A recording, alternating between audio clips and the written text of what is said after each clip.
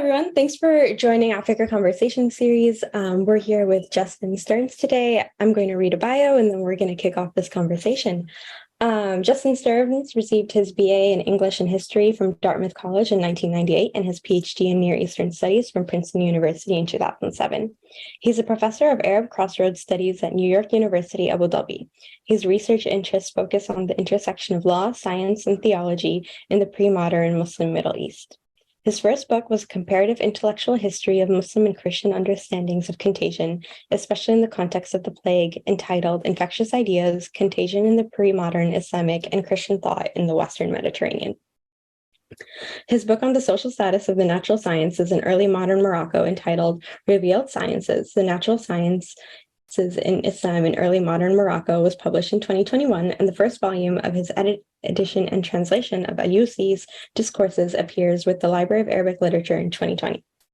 He is currently working on the second volume of the discourses together with a group of students and is engaged in a long-term project to establish a searchable database of all cataloged Moroccan manuscripts. Thank you for joining us. Oh, it's my pleasure. It's an honor to be here. Oh, thank you. So I wanted to start us off with a really broad question of how did you get into history? How did you get into this field? What's the process been like for you? How did you decide academia was the career for you? Well, okay, that's a huge question. I guess the pat answer is that I'm probably not fit for anything else when it comes down to it. It was always this or washing dishes, essentially. But when I was in college, I was fascinated with, I guess you could say, studying non-European history. I had grown up between the United States and Europe and Switzerland. And when I got to college, I was fascinated with kind of looking beyond that area. And ultimately, initially, I didn't know if I was going to use literature or history or what the lens was going to be, the disciplinary lens to do this, but I settled on history at the end. And while I had made the mistake of not studying any languages in college, I was still suffering after going through Swiss public school from a surfeit of languages. I lucked out and got a Fulbright and went to Morocco. And then that kind of set me on this path of learning Arabic and ending up in Near Eastern Studies later at Princeton, working on all this stuff. Lovely. Why do you find history to be the lens that's most helpful to working through these questions? Well, I double majored in English literature and in history as an undergraduate, and at the risk of offending any people listening who are lit majors, by the time I had gone through 4 years of an undergraduate program in literature and wrote a senior thesis in literature, I was beginning to get a little bit suspicious of the broader theoretical underpinnings of how the field was constituted, and worried that I wanted to get to, or let's put it this way, I optimistically believed that there was a there. This was a little bit, again, optimistic of me in the late 90s, because a lot of us were reading stuff, but this was sort of the height, I felt, of postmodernism. And there was a lot of question of whether there was a there or not, or whether we were just caught up in some kind of recursivity of narratives and couldn't get beyond language itself. History, on the other hand, was proudly positivist and was willing to go out and find things and then talk about them and try to put together stories. And I think that's where my sympathies lay, ultimately. And so that's what I went with. And in the process, I discovered, and this has, I guess, been an ongoing sort of 25-year process of discovery now, that most of the stories I wanted to tell, as opposed to stories that had to do with Europe, really hadn't been told as much or as often, and that many of the sources that we relied upon were just not accessible. And so I guess that part of a subplot of my career, as anybody who works on the Middle East, has simply been realizing to what extent we are still lagging behind in terms of sources. So if you're a Europeanist, almost the vast majority of your sources, if your literary sources, your historical sources, not archival, but literary and historical, will be printed and edited, and multiple times over, people will have written about them, the vast majority. And on the other hand, we're literally drowning in hundreds of thousands, if not even millions, of manuscripts when we look at the broader Islamic world, of material that has not been edited. And sort of this means that in some simplistic fashion, there's a lot of positivistic work of going out, finding stuff, writing it, summarizing it, and putting it into narratives and challenging the broader narratives that we've received. Right, right. I think that brings us really naturally to the creation of the Arab Crossroads program and how the creation of the program came to be. I know you're currently a professor there, and I wanted to ask, like, how did the program get created? What's it like managing the program? Like, have you enjoyed the creation process? What's the process been like? Sure. So I did my PhD at Princeton in something arcane called Near Eastern Studies. This is kind of a parallel to whatever you want to call Middle Eastern studies or Middle East and South Asian studies. There's all sorts of different area studies programs throughout the United States, and the bonus is that nobody really knows what it is, and that's also the detriment. When it hit the job market, I was able to say, "Oh yeah, I do whatever you want." And that allowed me to get a job teaching in a religion department for 5 years, where I was the Islam guy, right, at Middlebury College. And then when I took a job at NYU Abu Dhabi, and this is coming to answer your question, back in 2010, they had this thing called Arab Crossroads Studies, which was at that point a multidisciplinary concentration. And the two other people who were hired with me, Pascal Meneret and Natalie Pritz, we decided that no, this really needs to be a program, both because we wanted to get more institutional support, but also because we're like, here we are in Abu Dhabi. We're at a crossroads. It's many different kinds of crossroads. One of those crossroads is an Arab crossroads, in terms of just geography, in terms of history. But we were like, let's take this idea, this lens, which in part had been created before us before, and give it new meaning, and turn it into an area studies program that looks at the Arab world from within the Arab world. Since the quintessential sin of area studies, 1.0 had essentially been that it was this kind of associated with either the colonial or the post-Cold War era. And that people were like, that's from outside. It's being something which an object which is being constituted by people sitting somewhere else, usually in North America or Europe.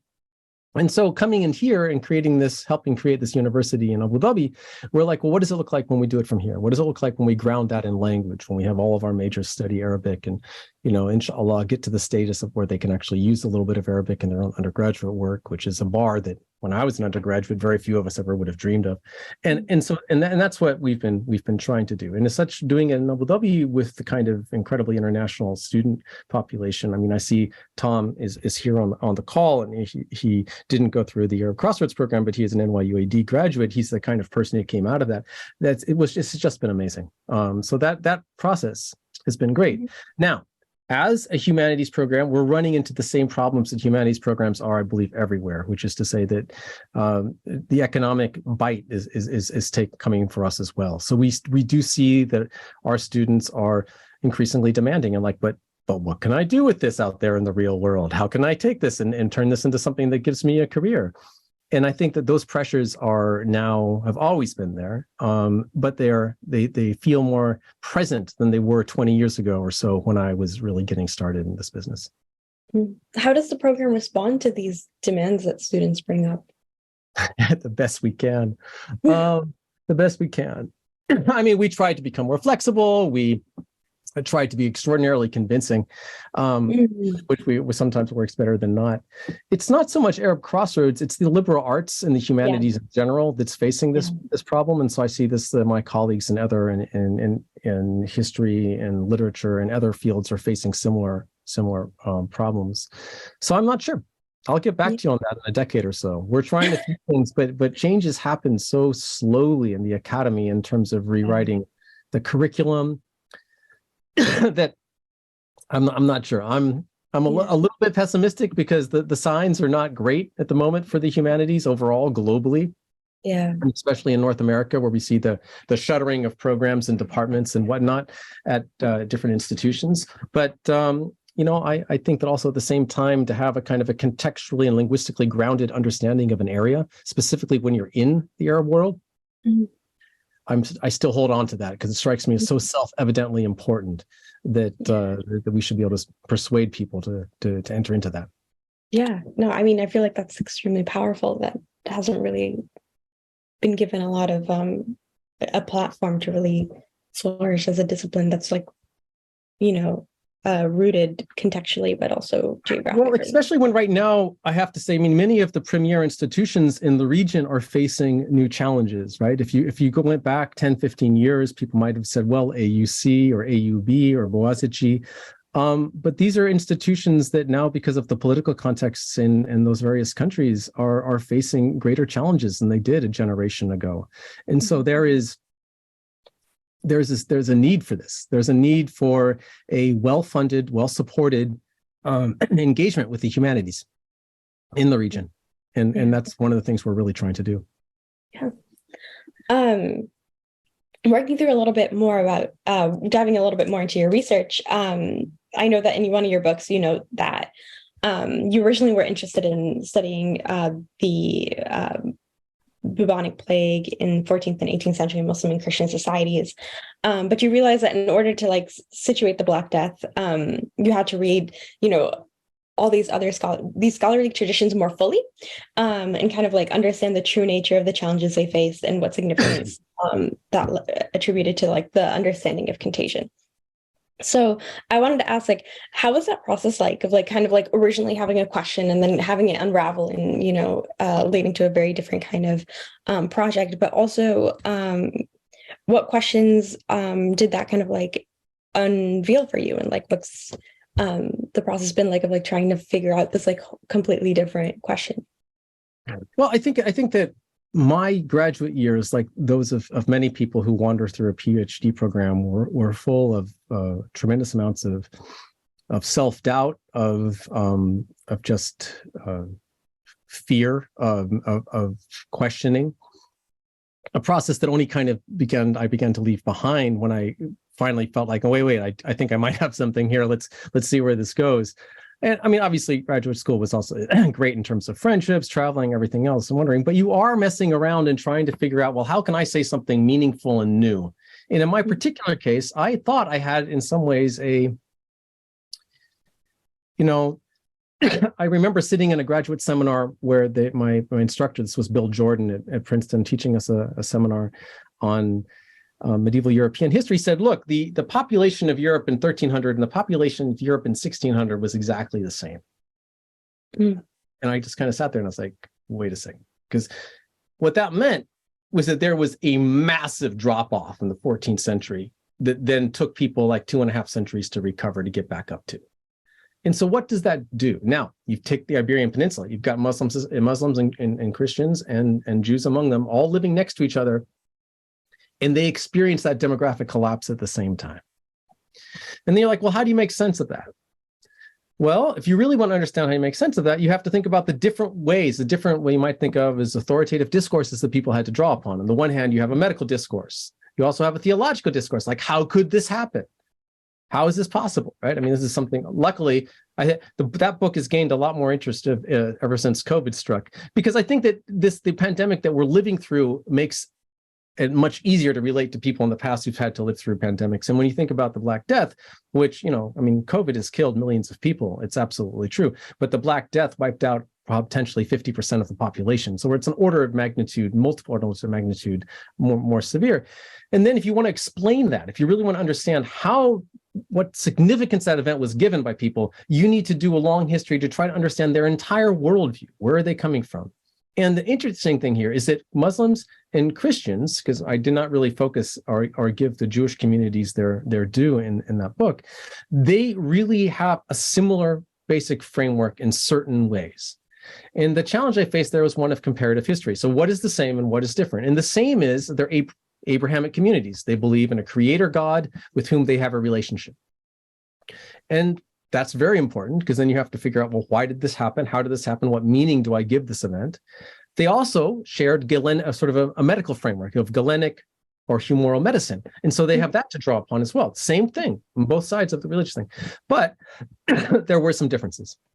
And so the book ultimately was like, well, what are those differences? How can we talk about those differences? And how have people spoken about those differences in the past? And what has the effect of that been? And it so happens that in the past, people had tried to say, well, there was a Christian response and there was a Muslim response. And this is how the Christians reacted. And they did X and X and X. And you can see how it's kind of like a proto-modern version. And then there were the Muslims. And not to generalize too strongly, but the earlier version had basically been, well, Muslims, when it came to, were fatalistic. They believed that the plague was a martyrdom for Muslims, and so they did not use quarantine. They did not, et cetera. They accepted it, et cetera, et cetera. And there was some textual proof for this. And what the book did, though, is it revealed that there was another genealogy as well of Muslim authors who basically said, no, the plague is contagious and you have to run away from it. You have to protect yourself. You have to do this and this and this. And they had just as strong and persuasive cases to make using the Quran, the Hadith, Islamic theology, and interpretations of Galenic medicine, as did those who argued for the opposite. And so the book was also really an argument to say, actually, you cannot essentialize into a singular Muslim or Christian response. They have drawing on different elements, different discourses, but the kind of simplistic civilizational essentialism, which had characterized much of the earlier scholarship, has to be set aside and seen as a relic of a past phase of historical research.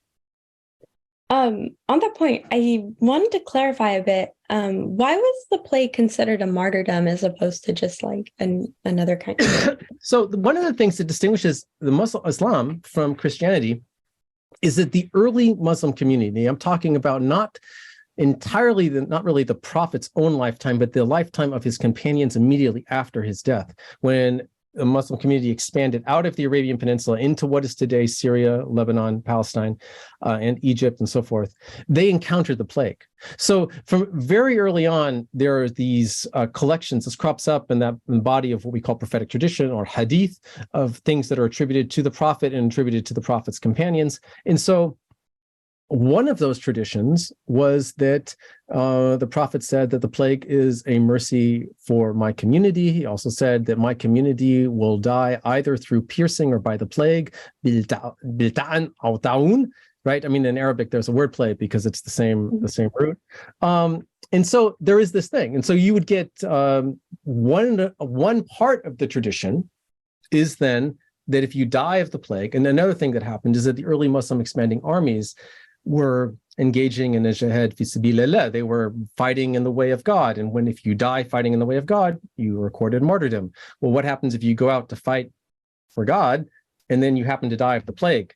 And this happened to very famously at the Ta'un Amwas in 638 in Syria.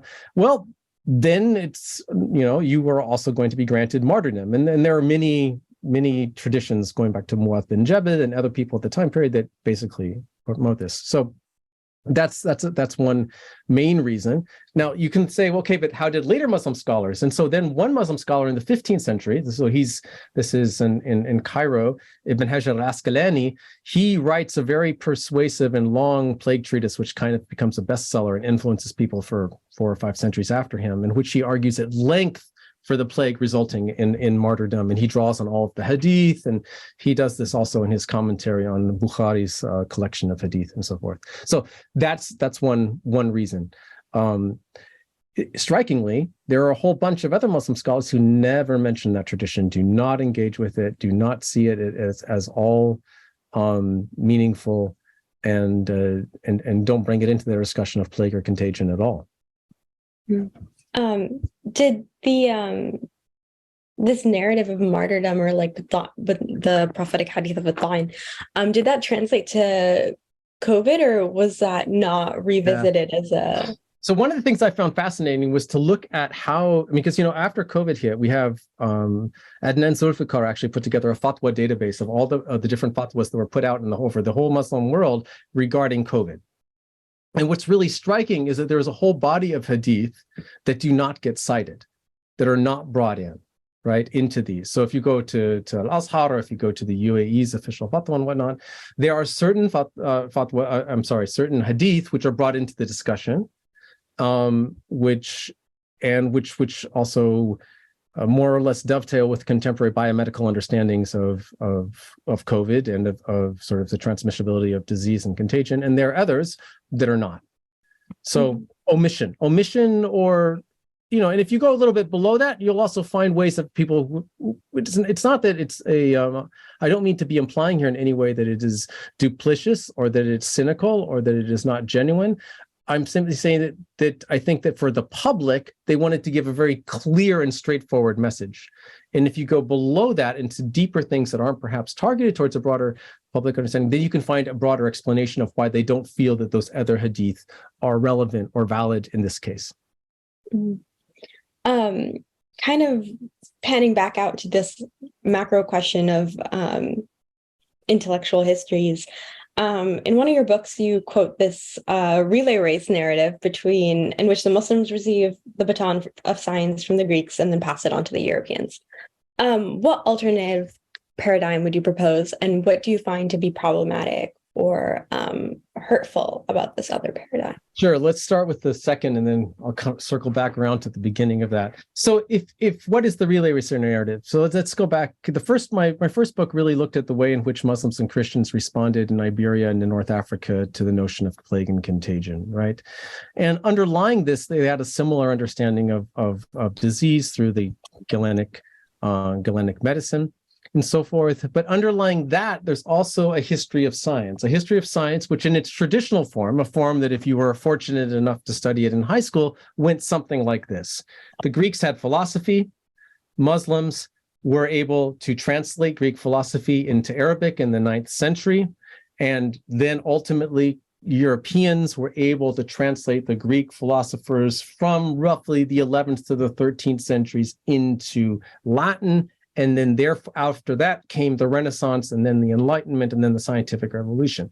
Halas. So that's the relay race narrative, is the Greeks have the baton, they pass it to the Muslims pass it to the Europeans, and the Europeans win, right? In this kind of civilizational discourse, right? It's a very problematic discourse. But when you're teaching a lot of history, especially in a public education system, we can have, I think, a little, not much, but a little bit of empathy for the need to simplify things down into these broad narratives.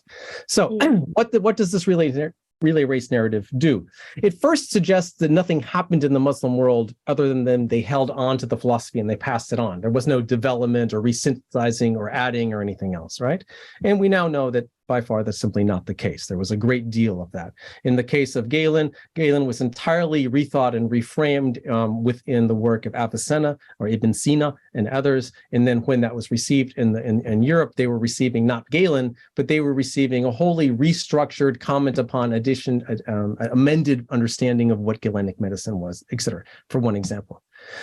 But there's also a more pernicious, and this is the sort of fallout that has prevailed not just in Europe, but also in the Arab Muslim world, which is that after the Europeans get the knowledge from the Muslim world, that nothing interesting happens subsequently in the Muslim world, right? And this is roughly now going to be the 13th, 14th century. It dovetails nicely with the sort of the collapse of Baghdad to the Mongols in the 13th century, and that nothing that happens until European colonialism comes around again. And then we have the Nahda, and the Muslims copy the Arabs and the Muslims copy the Europeans, and then we're off to nationalism and welcome 20th century and blah, blah, blah, blah, blah. Right? The problem with this is then you have this like 5-century period in the Muslim world in which you're like, well, nothing. It's kind of like stasis. Nothing happens. And this, interestingly, is not just a Eurocentric narrative in the sense that it's sort of, have the evil Orientalists and colonialists put it out there. It's also a narrative that from the late 19th century forth gets put forward by Muslim and reformers, people like Jamaluddin al-Afghani, Muhammad Abdu, kind of like the greats of the end of the 19th century. They're like, you know what, we need to reform things. And the reason we need to reform things is because it's been stasis. So they kind of dovetail together with the Europeans, and they come up with this notion that they have to reform things and things have to change because nothing has been going on. And in sort of, there's an exhibition that circulates through the UK and the Middle East and America called 1001 Inventions. I don't know if you've ever seen it, but you should, those of you who haven't seen it need to check out the trailer for it, starring Ben Kingsley, which you can find on YouTube because it has this Harry Potter-esque kind of narration here. That narrative, which has come through Abu Dhabi multiple times since I've been here, also tells the countless thousands of school children who are paraded through it that nothing happened in the Muslim world after the 14th century. And that what knowledge is European modernity and this kind of techno-scientific version of it that appears. And that's really burdensome. I mean, I think that actually undermines it. First of all, it simply hides all of the stuff that was happening. And it also leads people to believe that the only way to know something is in the understanding of science and of knowledge, which develops and comes out of Europe's engagement with the world within this colonial framework from the 19th century onwards. And that's simply not true. There are these whole genealogies of knowledge and of scholarship in Morocco specifically. That's what my second book is about. but in many other, I mean, all throughout the Muslim world, at all places and times, throughout this whole period, in the blooming of the great sort of gunpowder empires, the Ottoman Empire and the Safavids and the Mughals, which undergird these forms and these bodies and genealogies of scholarship, which simply don't fit into the broader relay race narrative. And so when you take those into account, you're left with a much messier narrative. There's not one single way to reach modernity and to be in the modern world, and one single type of knowledge to value. And so it's a harder story to tell. Mm-hmm.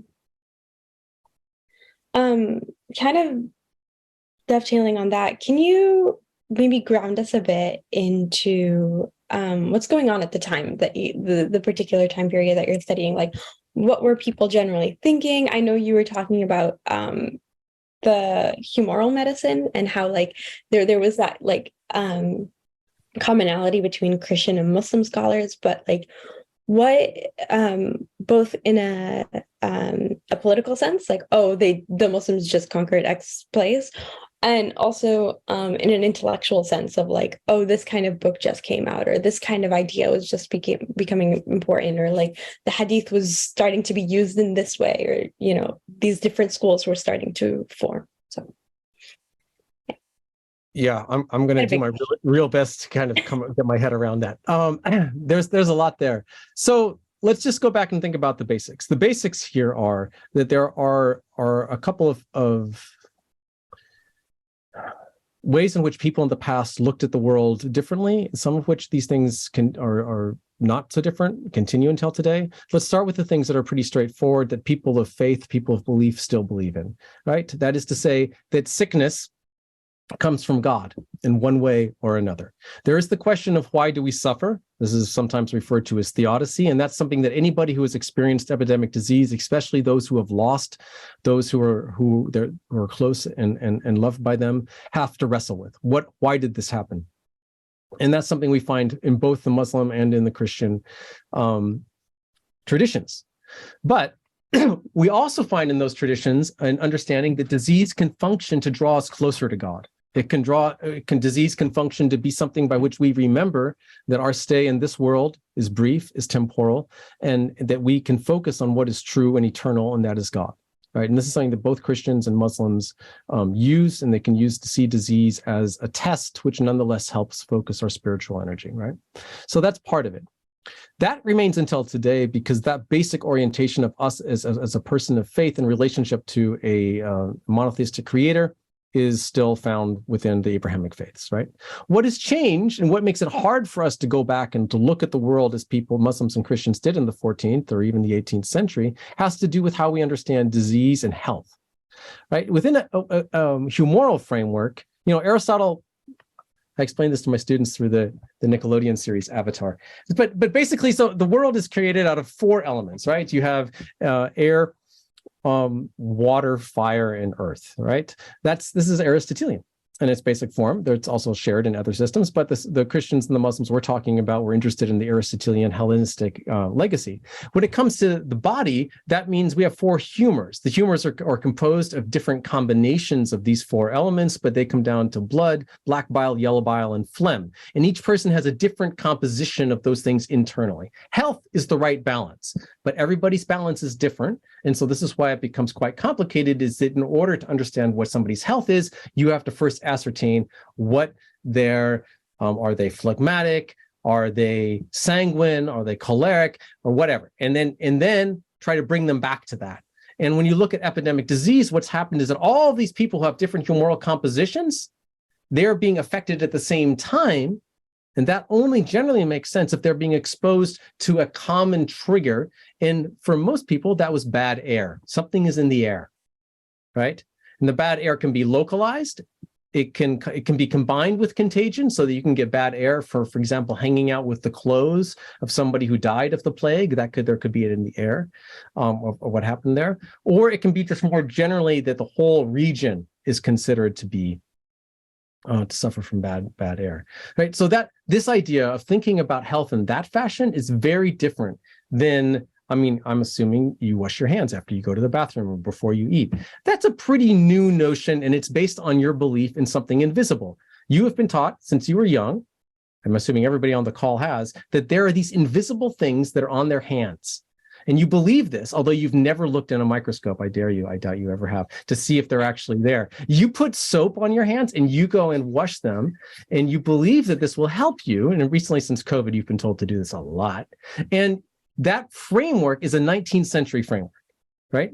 It comes after what's sometimes called the pasteurization of medicine, right? This notion that we can go through with Pasteur and come up with this understanding. We can isolate these bacteria and whatnot, and that those are the causative agents.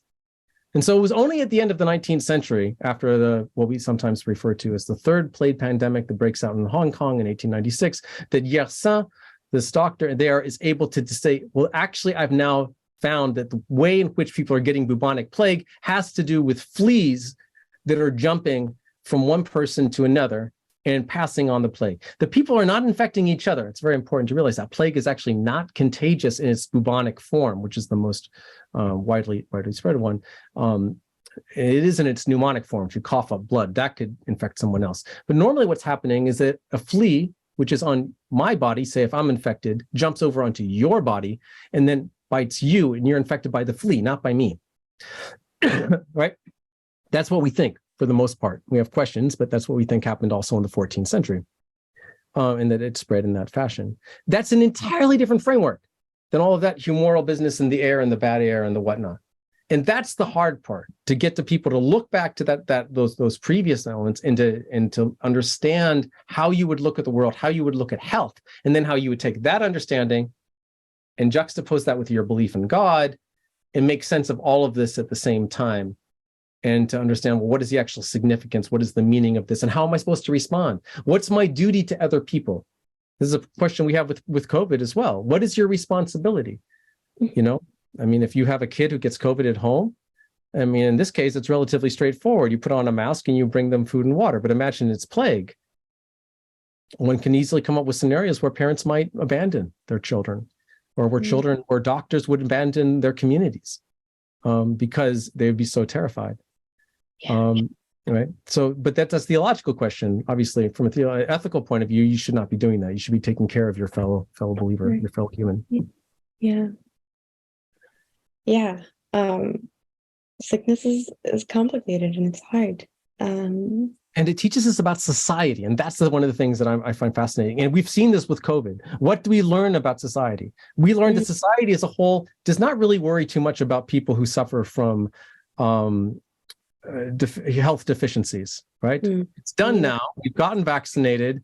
We're not masking anymore. And the people who can't cope with that, we don't care about them. It was interesting to see that China tried to just lock everything down and ultimately failed. Ultimately, it let go. And in the process, now we have, tens of thousands of people dying in China because everybody's becoming reinfected at a much higher level than before. And so what disease then, epidemic disease, is always a question of priorities.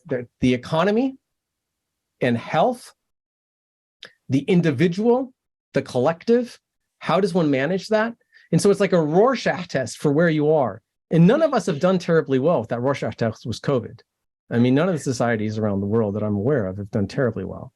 And just imagine how much harder it is when you have much weaker central states that don't have as much coercive ability. They can't control their populations, even as poorly as the United States has with its population, which it hasn't controlled well at all. Then you can get a lot, I think, more empathy for what it means in the 14th century for a kingdom to be like, what are we going to do? Yeah, I think that was the most interesting moment when COVID kind of broke out, where people were like, "Oh, we don't know what we're doing either." Like this, No. It's so hard to predict because it's so new. Like there's no way to know how to do it differently. And the regional differences, like in Abu Dhabi, we had a very harsh shutdown, and in Dubai, an hour away, it was like, "Halas, yani, it's open." So I mean, it was this, and it had to do with economic. I mean, arguably, it had to do with economic influences. In Dubai, they could not afford to shut down economically. They had to keep things open to a degree in order to keep on encouraging tourism and keep on encouraging business and keep on encouraging. Abu Dhabi was able to fall back on its resources. And so for 2 years, it was getting in and out of Abu Dhabi required displaying a certain amount of vaccination, a certain amount of PCR testing of a kind that when I would go to America, people would be like, it was a whole different world. And so that tells us a great deal about the different types of governments, about what kinds of economic resources you have to have. One of the books that I reviewed in the past years is this amazing book by Ruth McKay called Living in a Time of Pestilence, about 16th century Castile, right? So this is a pandemic that hits both Spain and Morocco from 1596 until 1601. In Morocco, it actually kills the Sultan Ahmed al-Mansur in 1603. And the reason that she has these archives, which she uses in Spain, and we can see that the same impulse, do you lock a city down? No, if you do that, then the farmers won't be able to sell their food, then they'll die. Then the people in the city won't be able to buy food, then they'll starve. And so you have to break quarantine. You have to get food moving back and forth. There never is the complete shutdown. And I find it so striking that this is like almost exactly the same way if we're looking at how, say, North America, how China, how the UAE deals with these different stresses. Those things have not changed. Yeah. And it's interesting because it kind of alludes to like how important like working through society is. It's like how we've kind of all opted to work in, the social contract, and if we believe in that, and the whole nine yards. But how necessary it is to kind of like be in communication or be in this exchange in order to kind of like exist in like, it's not like I live on a farm and can just like right. And so why and like live absolutely. So why do I find it interesting looking, say, at 14th century Iberia when it comes to that, right? And one of the reasons I find it interesting is that by elucidating the complexity, or one of the things I've said is that we don't learn so much about the plague or the epidemics when we look at the responses. What we learn more is about the broader systems of meaning that people use to make their lives meaningful to them, significant. So we learn about religion. So I find learning about what Islam is as a collection of intellectual traditions, of ways of coming to terms with God's revelation and its significance for human societies, I find pandemics fascinating, because they then reveal, well, what do scholars draw upon to make meaning? They draw upon theology. They draw upon layers of spirituality, including Sufism and the Muslim tradition. They draw upon law. What can I do? What should I do? What can I not do? What is my responsibility to my fellow believer? They draw upon medicine. They draw upon all of these things. And in the process, all of those things, we can see what it means for those to be believed in, to be used, and to be employed in different ways. So we find Muslims writing plague treatises over 5 centuries, some of which say, hey, this is completely contagious, you've got to run away from it. That's the best thing to do. Up into the 19th century, you find people telling the Ottoman Sultan, this is contagious, you've got to use the quarantine, you have to protect the Muslim world, that will help you push back these colonialists. And we find something similar to that in the 16th century, also with the Ottoman Sultan. And then we also have people saying, no, in fact, this is not contagious, and you've got to stay with the sick, and you've got to take care of them in this time, and you owe it to your Muslim brother to be with them in this time period and to take care of them, and you should only really trust in God and not worry about the sickness. And so obviously people will have done other things. These are all what we call normative discourses, right? But they're in and of itself, those are fascinating. Those are ones that gives us a better appreciation of the richness and the diversity of this religious tradition. And I'm talking about the Muslim responses here, but you could do something similar with the Christian ones. Right. Kind of shifting us a little bit more towards your book and getting a little bit deeper into the work there. I wanted to ask, and I know this is kind of countering your philosophy of like trying to be very gracious to like the differences, but what in any way, is there a distinction between Iberian and North African scholars? Was there a particular knowledge or cultural exchange that defined any of the regions, or were they like really interwoven and had like a lot of more commonalities, or was that something that you kind of like uncovered in one book and then in the other? Like what comes up there between like any similarities or differences? Well, I mean, in broad strokes, there's a lot of commonalities within what we call the Maghreb, by and large, right? And in this period, Al-Andalus is part of the Maghreb. So Muslims enter Al-Andalus in 711, and until the expulsion of the Moriscos 9 centuries later, we have a Muslim presence in Al-Andalus, and arguably even longer than that, but that's kind of the official time period that we have. During that period, in terms of legal law schools, in terms of the law, Islamic law that people followed, it was all part of the Maliki Madhab. The vast majority of scholars from the 11th, 12th century onwards were following the Ash'ari school of theology, and there were broad similarities. I mean, there's a lot of footnotes here in terms of kind of the kinds of schools of Sufism that were followed in that time period. So there's a lot of similarities between them. What distinguishes them is obviously the political context. And for a while, of course, they're united. I mean, from the 11th century up into the 13th century, there are these Amazigh dynasties that control much of West Africa, North Africa, and Al-Andalus. So they're brought together at the same time period when, say, somebody like Averroes or Ibn Rushd is writing in the 12th century. He's being sponsored by the Almohads, who have, and he moves back and forth between Al-Andalus and down into into Marrakesh in North Africa, and later in the 14th century, Ibn al-Khatib, the guy who's kind of the protagonist of Infectious Ideas in many ways, the main one, he also wanders back and forth between them. So there's a lot of similarities in that sense, intellectually speaking, in terms of what's going on, and people write back and forth a great deal. And people like Ibn Khaldun, who many people probably heard of, this incredible thinker of the 14th, early 15th century, also wanders between North Africa and Al-Andalus and Cairo. And so I'm going to go down with similarities in sort of a shared intellectual traditions for the most part. Yeah. Diving into this question of how the kind of like the intellectual sensorium was at the time, and the general thought processes, and kind of like paralleling some of the things we were talking about COVID. There's an Italian philosopher, Giorgio Agamben, who has an idea that contemporaneous is making sense of one's world. He quotes, "Those who are truly contemporary, who truly belong to their time, are those who neither perfectly coincide with it nor adjust themselves to its demand. But precisely because of this condition, precisely through this disconnection and this anachronism, they're more capable than others of perceiving and grasping their own time," which, we can accept or disagree with his argument, which, you're of course free to do. But I guess the question that I have here is, like, how would you say these scholars were making sense of their world? And did it or did it not parallel what common people were thinking of at that time? Or do you feel like there was like were they very interwoven into common society, or were they kind of a little bit more of an outsider looking in and discussing it? Or how is that kind of like structured at that time? Big question. That is a big question. I mean, I think that, and this is probably true of Agamben as well, every time you have an academic culture that it's almost by definition an elite culture.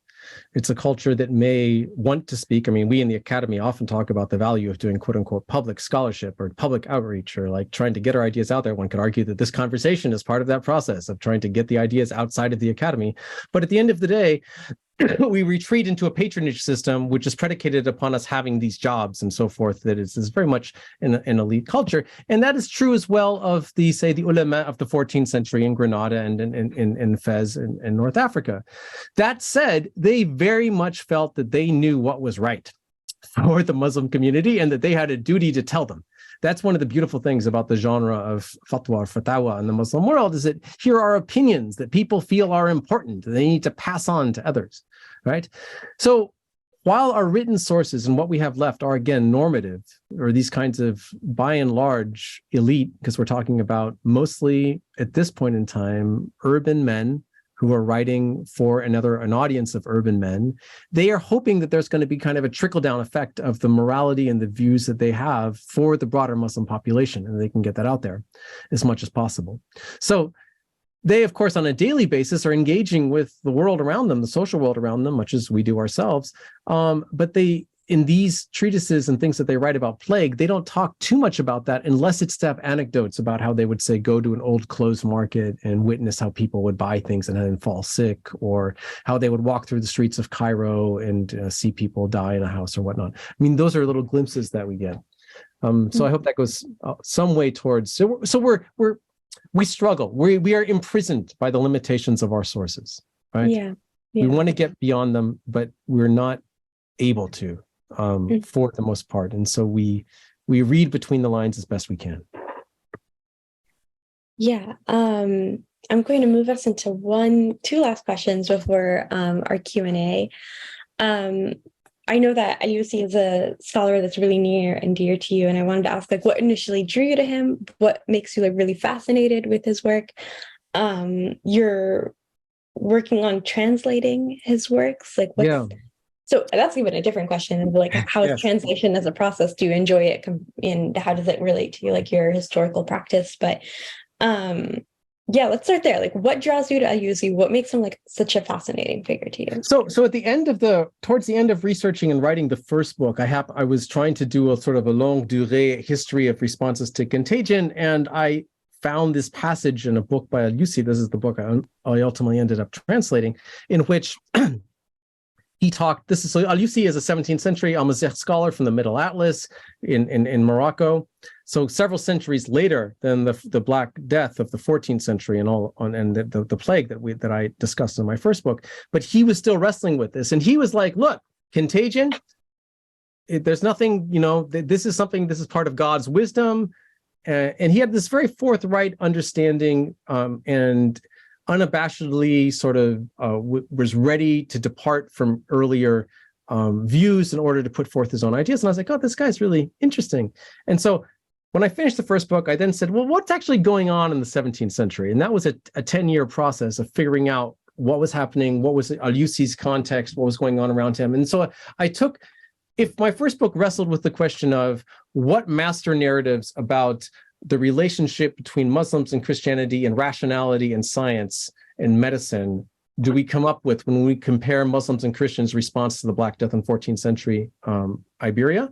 The second book was like, well, what kind of engagement with the natural sciences is happening in Morocco in the 17th century? And why have we not told that story before?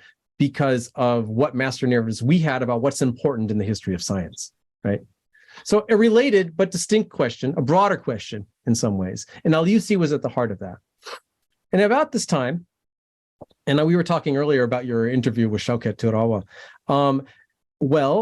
Because of the entire amazing project that Phil Kennedy and Shaukat and James Montgomery and Devin Stewart and others got started with the Library of Arabic Literature, I had just joined NYU Abu Dhabi, and I was talking with Phil, and he was like, well, what would is there anything you'd like to translate? And I was like, well, there's this guy Al-Yusi whom I've run into, and I think this would be an amazing book. Well, be careful what you wish for. So that was a decade ago. And so the first volume, I honestly, it's true. I am working on the second volume. I swear, Chip, if you're watching this, I am. I'm working on the second volume. It will get done one day. And so that came out of that. See, because part of the problem is not only that we don't have things that are edited. In the case of the Al-Yusi and the discourses, this is edited. This is the first of his works ever to be edited, but it's in quite formal Fusha. It's not easily accessible to many people. And so I was like, this needs to be translated. And it's a window for me, and hopefully, for the people who read it, onto the richness of the cultural life of 17th century Morocco. And so that's why it's kind of a passion project of mine. Well, what's the process like been translating it? Like, do you find intensely humbling? See, unlike people like Shaukat, who are kind of gifted and truly, true Arabists. I'm a historian, and traditionally what we do in history is you look at a source and you kind of mine it for its meaning, you footnote it, and you move on. But if you have to take a long literary text and then translate all of it, and you can't get around the multiple citations of poetry, and you have to deal with really difficult syntax and stuff like that, then you sit there and you feel stupid.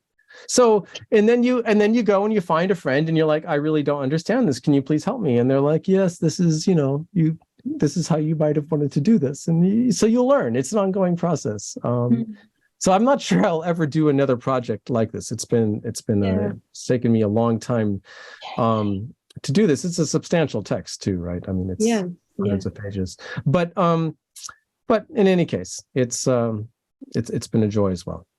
Yeah, translating is very mentally intense. One more question on this book because I'm fascinated. How'd you come up with this cover? Like, it's gorgeous. Oh, that's not me. That's all the library. That's all the library. And I believe for this they went to the yeah, I mean that's all them in terms of finding. I mean, it's such the a colors good are paint. beautiful. Yeah. I was really interested in it. Okay, I'm gonna move us to the quick Q&A. So what are you reading or watching right now? Okay, so thanks for giving me a heads up on these, but I just got off having COVID, which was fun. Gave me ample opportunity. So for a week, I had nothing to do except to just lie in bed and kind of drift in and out of a haze. I watched so much Netflix. It was crazy. So couple of things. I am, of course, reading Nights of Plague, Orhan Pamuk's recent novel, which just came out, which is situated at the beginning of the 20th century, but is just so kind of on the nose for everything I've been talking about in terms of the broader civilizational discourses and things like that, but very much within kind of a late Ottoman social context. But I also watched this really crazy Turkish series called Hot Skull, which is essentially based on the notion of a pandemic, but the pandemic is verbal. So that if you hear somebody talking, it turns you into a person who just becomes what they call the jabberer, something who just speaks nonsense all the time. And I love how these notions of different kinds of pandemics and different forms of contagion and infection produce other ways of thinking. I mean, there's some strong parallels. It's not ultimately particularly good television, but it's very enjoyable in terms of thinking through other ways in which contagious diseases can be represented. So those are two things. Who would you love to shadow for a day, past or present? I don't know. It's hard. You know, on the one hand, you'd want to say some major, I mean, I come from religious studies in a way, and I'd like, a day with, shadowing a major prophet or something like that would just be amazing, would blow me away. But more, in a more pedestrian fashion, I wouldn't mind also just shadowing some of the greats in my field, the people like Marshall Hodgson. You're in Chicago, Marshall Hodgson, the great historian who comes out of Chicago in the 1950s and 60s and kind of rewrites the way in which we think about doing Middle East history and stuff like that. That would also be amazing. Yeah. What do people most misunderstand? So when I wrote my book about the main character in Infectious Ideas, Lisan ad-Din ibn al-Khatib, is this vizier who writes this treatise. And in previous scholarship, he'd been kind of held up as this exception that proves the rule. He's very rational. He supports contagion. He says that the hadith that do not go along with the empirical observation of disease transmission have to be discarded. Therefore, we like him. He's kind of a proto-rationalist, enlightenment person. And in my scholarship, I said, actually, no, that's not true. He's one of a large number of people who were doing this. He has a similar engagement both with religious sources and empirical sources, the way as a number of other people. He's not truly exceptional, and he wasn't punished because of his exceptionalism. He's part of this broader narrative of different genealogies.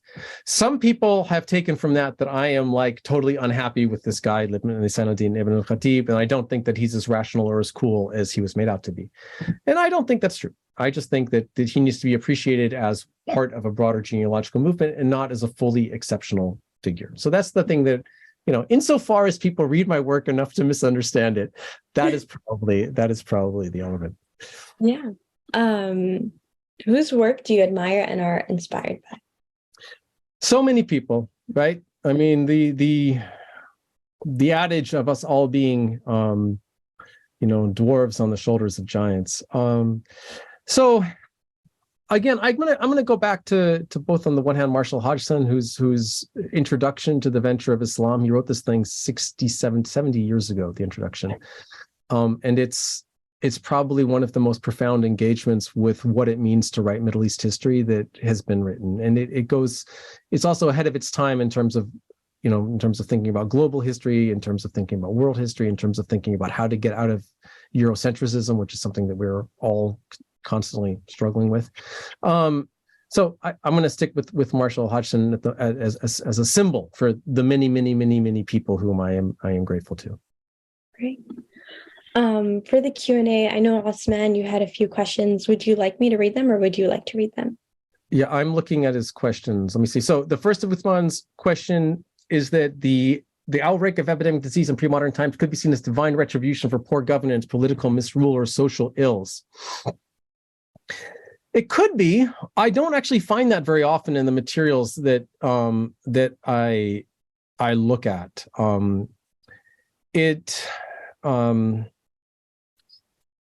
Some people, they really struggle with what does it mean that this is happening, and some people do see it as, it can be seen as retribution for poor governance. Ibn Khaldun brings it up as a kind of a symptom that goes along with the decay of societies of different kinds.